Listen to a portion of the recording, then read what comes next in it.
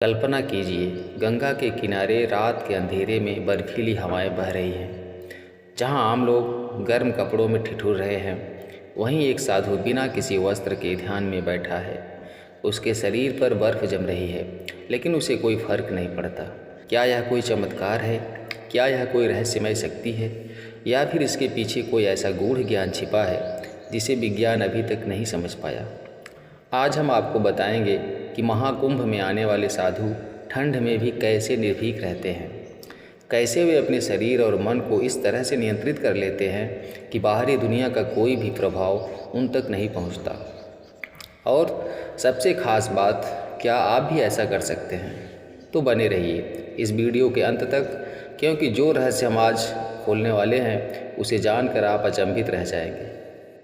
साधु और उनकी ब्रह्मा से जुड़ने की साधना। साधु केवल वे नहीं होते जो जंगलों में भटकते हैं या गुफाओं में तपस्या करते हैं।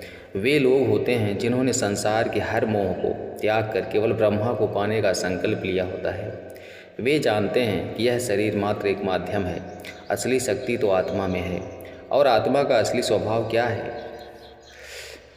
सर्वम खलम विदमते को अनुभव कर लेता है, तो उसके लिए ना ठंड मायने रखती है, ना गर्मी, ना सुख, ना दुख, क्योंकि वह इस शरीर से परे जाकर उस परम सत्य में विलीन हो चुका होता है। ध्यान की गहरी अवस्था में साधु अपने शरीर की अनुभूति तक खो देते हैं। वे केवल शरीर नहीं रहते, वे ब्रह्मा बन जाते हैं। इसलिए जब वे ध्यान में होते हैं तो उनके लिए ठंड जैसी चीज़ों का कोई अस्तित्व ही नहीं रहता है। लेकिन सिर्फ ध्यान ही नहीं, साधुओं का शरीर भी एक रहस्य है। वे अपने शरीर को इस तरह से अभ्यासित कर लेते हैं कि वे अपनी आंतरिक ऊर्जा को नियंत्रित कर सकें। क्या आपने कभी तुममो मेडिटेशन का नाम सुना है? यह एक ऐसी विधि है जिसमें योगी अपने शरीर में गर्मी उत्पन्न कर लेते हैं। यह कोई जादू नहीं है, बल्कि गहरी साधना और प्राणायाम का नतीजा है। महाकुंभ में आने वाले कई नागा साधु और अन्य तपस्वी इसी सिद्धि को प्राप्त कर चुके होते हैं। वे अपनी सांसों के जरिए शरीर की ऊर्जा को इस तरह से नियंत्रित करते हैं कि बाहरी ठंड उन पर असर नहीं डालती है। यह कैसे संभव होता है? कपालभाति प्राणायाम, जिससे शरीर में गर्मी उत्पन्न होती है। भस्त्रिका प्राणायाम, जो शरीर को ऊर्जावान बनाता है। सूक्ष्म ऊर्जा नियंत्रण, जिससे शरीर का तापमान बाहरी दुनिया के अनुसार प्रभावित नहीं होता। जब कोई व्यक्ति इन प्राचीन विधियों को अपनाता है तो उसका शरीर केवल बाहरी मौसम से स्वतंत्र ही नहीं, बल्कि वह अपनी ऊर्जा को पूरी तरह से नियंत्रित भी कर सकता है। ब्रह्मचर्य की शक्ति, वीर ऊर्ध्वगामी कैसे ठंड से बचाता है? साधु केवल ध्यान और प्राणायाम ही नहीं करते, वे ब्रह्मचर्य का भी पालन करते हैं। लेकिन यह सिर्फ काम वासना से दूर रहने का नियम नहीं है, बल्कि यह ऊर्जा को संचित करने और ऊपर उठाने की प्रक्रिया है। जब साधु अपने वीर्य को व्यर्थ नहीं गंवाते, बल्कि उसे संचित कर लेते हैं, तो वह ऊर्जा उनके शरीर में एक ढाल की तरह काम करती है।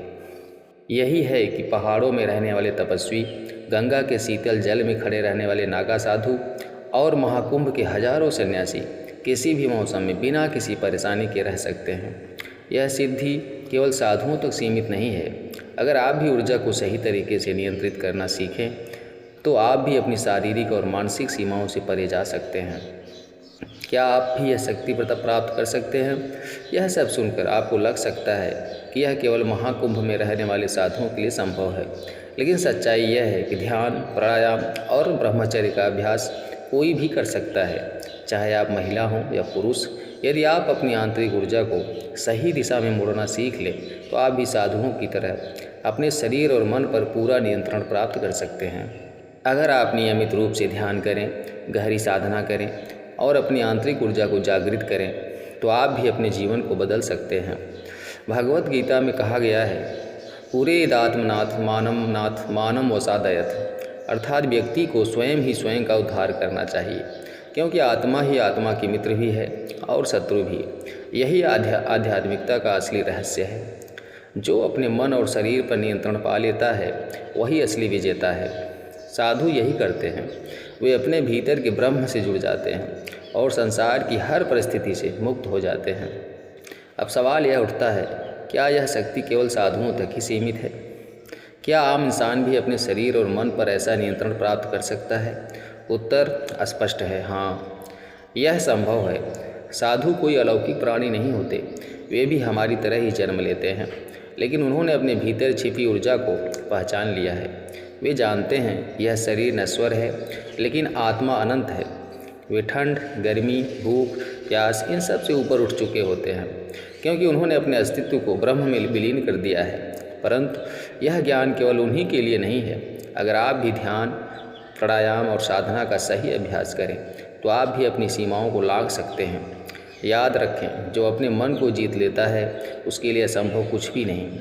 अगर आपको यह वीडियो पसंद आया हो तो आप भी आध्यात्मिकता की इस रहस्य को और गहराई से समझना चाहते हैं तो इस वीडियो को लाइक करें और चैनल को सब्सक्राइब करें, क्योंकि आध्यात्मिक ज्ञान ही वह प्रकाश है जो अंधकार में भी सही राह दिखाता है। जय श्री कृष्ण, जय महादेव।